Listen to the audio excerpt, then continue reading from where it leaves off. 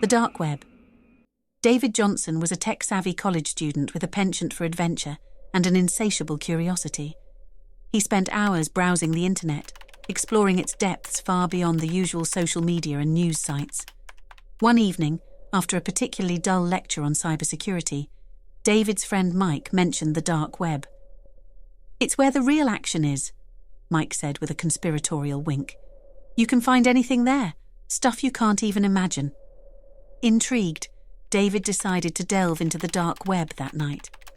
Armed with his laptop and some basic instructions on how to access the hidden parts of the internet, he set up a Tor browser and began his journey into the unknown. The dark web was a labyrinth of anonymous forums, illegal marketplaces, and strange websites.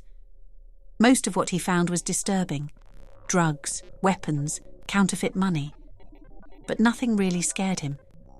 It was just another corner of the internet, shrouded in mystery and danger.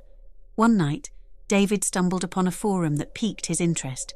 It was called The Abyss, and it promised to be a portal to the deepest, darkest corners of the dark web. The forum was filled with cryptic messages and eerie images, but one thread caught his eye: the game. Curiosity getting the better of him, David clicked on the thread. The post was simple, an invitation to play a game that promised unimaginable rewards for those brave enough to participate. The rules were vague, but it involved completing a series of increasingly difficult and disturbing tasks. David hesitated for a moment. It sounded like a hoax, but he was bored and looking for a thrill. He typed a reply accepting the challenge and hit enter. Almost immediately, he received a private message with further instructions. "Welcome to the game. Your first task: find the hidden video on this site and watch it in its entirety." David scoured the forum, searching for clues.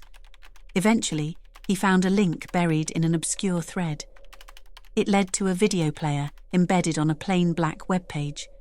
He clicked play, and the screen filled with static before cutting to a grainy black and white video. The video showed a dimly lit room with a single flickering light bulb hanging from the ceiling. In the center of the room was a chair, and in the chair sat a man with a burlap sack over his head. The camera zoomed in slowly, and David felt a chill run down his spine. The man was bound and struggling, his muffled cries barely audible over the static. The video abruptly ended, and David received another message. "Well done, task 1 is complete. Ready for the next challenge?" David's hands trembled as he typed his response. "Yes." The second task was more sinister. He was instructed to hack into a specific email account and retrieve a set of files. David was skilled in hacking, but this felt different. He was no longer just playing around. He was breaking the law. Still, the thrill of the game pushed him forward. After hours of effort, he succeeded and sent the files to the anonymous game master. The reply came quickly. "Excellent. Task 2 is complete. Now for the final challenge."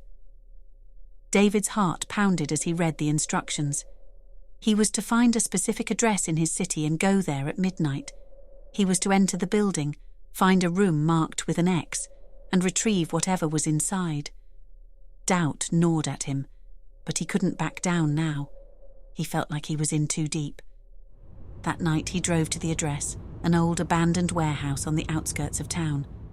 The place was eerily quiet, the only sound the crunch of gravel under his feet as he approached the entrance. The door creaked open and David stepped inside.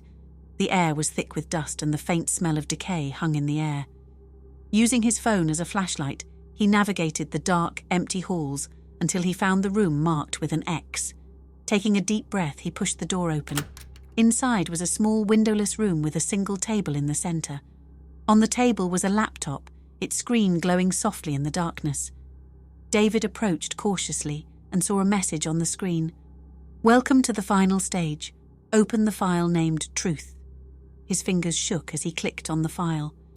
The screen went black for a moment, then filled with a live video feed. David's blood turned to ice as he realized he was looking at himself standing in the room. The camera was hidden somewhere in the room, watching his every move. A voice came through the laptop's speakers, low and menacing. "Congratulations, David. You've done well, but the game is far from over." David spun around. searching for the source of the voice, but saw no one. Panic set in as the voice continued. "You've proven yourself resourceful and brave, but now you must make a choice. You can leave and never speak of this to anyone, or you can stay and learn the true nature of the game." David's mind raced. He wanted to leave, to run far away from this nightmare, but his curiosity, the same trait that had led him to the dark web in the first place, urged him to stay. "What's the true nature of the game?" he asked, his voice trembling. The voice chuckled. "The game is about power, control, and the darkest corners of the human psyche. It's about pushing boundaries and discovering what you're truly capable of." David's fear battled with his curiosity. "And if I choose to leave?"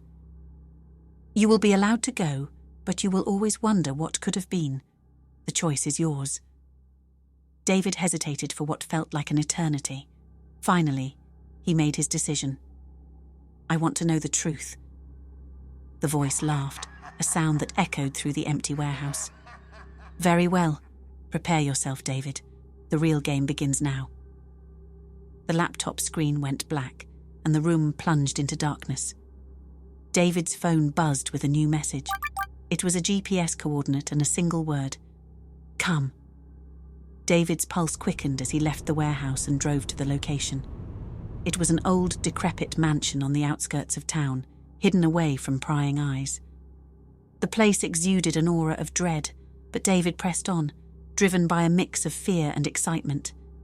Inside, the mansion was filled with bizarre artifacts and grotesque statues. He followed the GPS coordinates to a room in the basement. The door was heavy, and as it creaked open, David was met with a sight that made his blood run cold. The room was a makeshift studio, filled with cameras and monitors.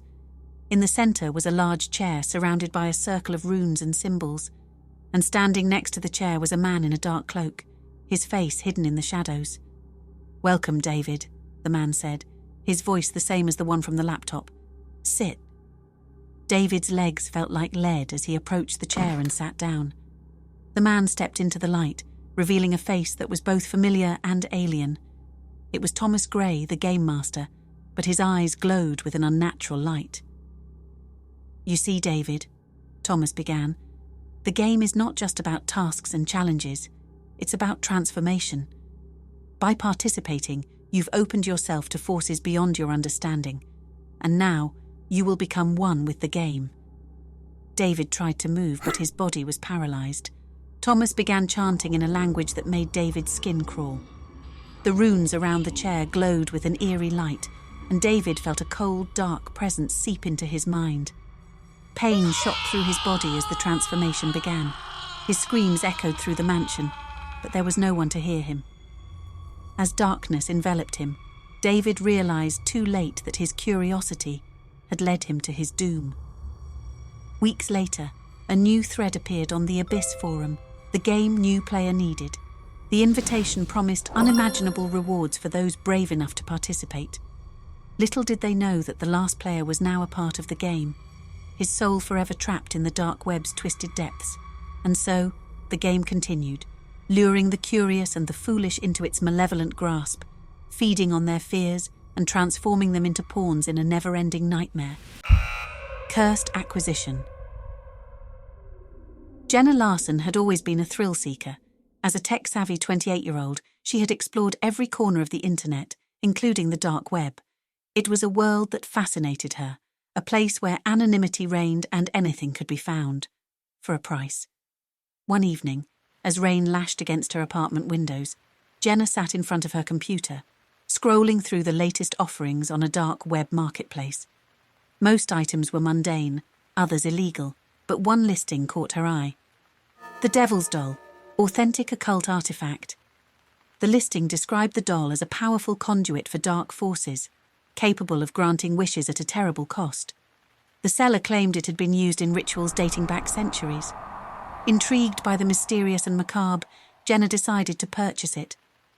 The thrill of owning something so steeped in legend and darkness was too enticing to resist. A week later, a small, unmarked package arrived at her doorstep. Jenna eagerly tore it open, revealing a worn, antique doll. It was small, with glassy eyes that seemed to follow her every move, and a dress that looked centuries old. The doll's face was eerily lifelike, a permanent smile etched into its porcelain features. Jenna set the doll on her mantel, admiring her new acquisition. That night, as she went to bed, she couldn't shake the feeling that she was being watched. She dismissed it as her imagination running wild and eventually drifted off to sleep. In the middle of the night, Jenna awoke to a soft rustling sound. She sat up, her heart pounding, and listened intently. The noise seemed to be coming from the living room. Summoning her courage, she got out of bed and tiptoed down the hallway. The living room was dark, the only light coming from the moon outside. Jenna's eyes adjusted to the dimness, and she saw the doll sitting on the mantel exactly where she had left it. But something felt off. The air was thick with an oppressive presence, and a chill ran down her spine. As she turned to go back to bed, Jenna heard a faint whisper. She froze, straining to make out the words. It was a soft, insidious murmur, like the rustling of dead leaves. The voice seemed to emanate from the doll. "Set me free," it whispered, barely audible but unmistakably real. Jenna's blood ran cold. She backed away slowly, her mind racing. Was it a trick of her imagination? She decided to record the doll with her phone, hoping to capture any strange occurrences. She placed the phone on a shelf facing the doll and went back to her bedroom, locking the door behind her. Sleep eluded her as she lay in bed, staring at the ceiling, her mind replaying the whisper over and over. Eventually, exhaustion overcame her, and she drifted into a restless sleep. The next morning, Jenna retrieved her phone, her hands trembling as she played back the recording. At first, there was nothing but silence. Then, a soft rustling sound followed by the faint whisper, "Set me free." Jenna's heart pounded in her chest. It wasn't her imagination. The doll was somehow alive, and it was speaking to her. She knew she had to get rid of it, but a morbid curiosity kept her from acting immediately. Instead, she decided to research the doll's history. She spent hours scouring the internet, piecing together fragments of information. The doll had indeed been used in occult rituals, its origins tracing back to a small village in Eastern Europe. Legend had it that the doll housed the spirit of a powerful witch, imprisoned by a rival coven centuries ago. The more Jenna learned, the more she realized the danger she was in. The doll wasn't just a conduit, it was a prison for an ancient evil. She decided to burn it, hoping to destroy whatever dark power it held. That night, Jenna built a small fire in her fireplace. She retrieved the doll from the mantel, its glassy eyes seeming to glare at her with malevolent intent. As she held it over the flames, a sudden, sharp pain shot through her chest. She gasped, dropping the doll as she clutched her heart. The pain intensified, spreading through her body like wildfire. Jenna fell to the floor, writhing in agony.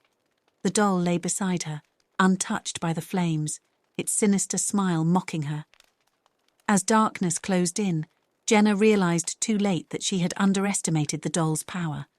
Her vision blurred, and she felt her life slipping away. The last thing she heard was the doll's whisper, louder and clearer than ever before. "Thank you." When Jenna's body was found days later, the authorities were baffled. There was no sign of foul play, no indication of what had caused her death. The doll was taken as evidence, but soon disappeared from the police station, leaving behind a trail of fear and unanswered questions. Years later, a new listing appeared on the dark web marketplace. The Devil's Doll, authentic occult artifact. The description was eerily familiar, promising dark power and untold secrets for those brave enough to seek them. And so, the cycle continued, luring the curious and the foolish into its malevolent grasp, feeding on their fears and claiming their souls.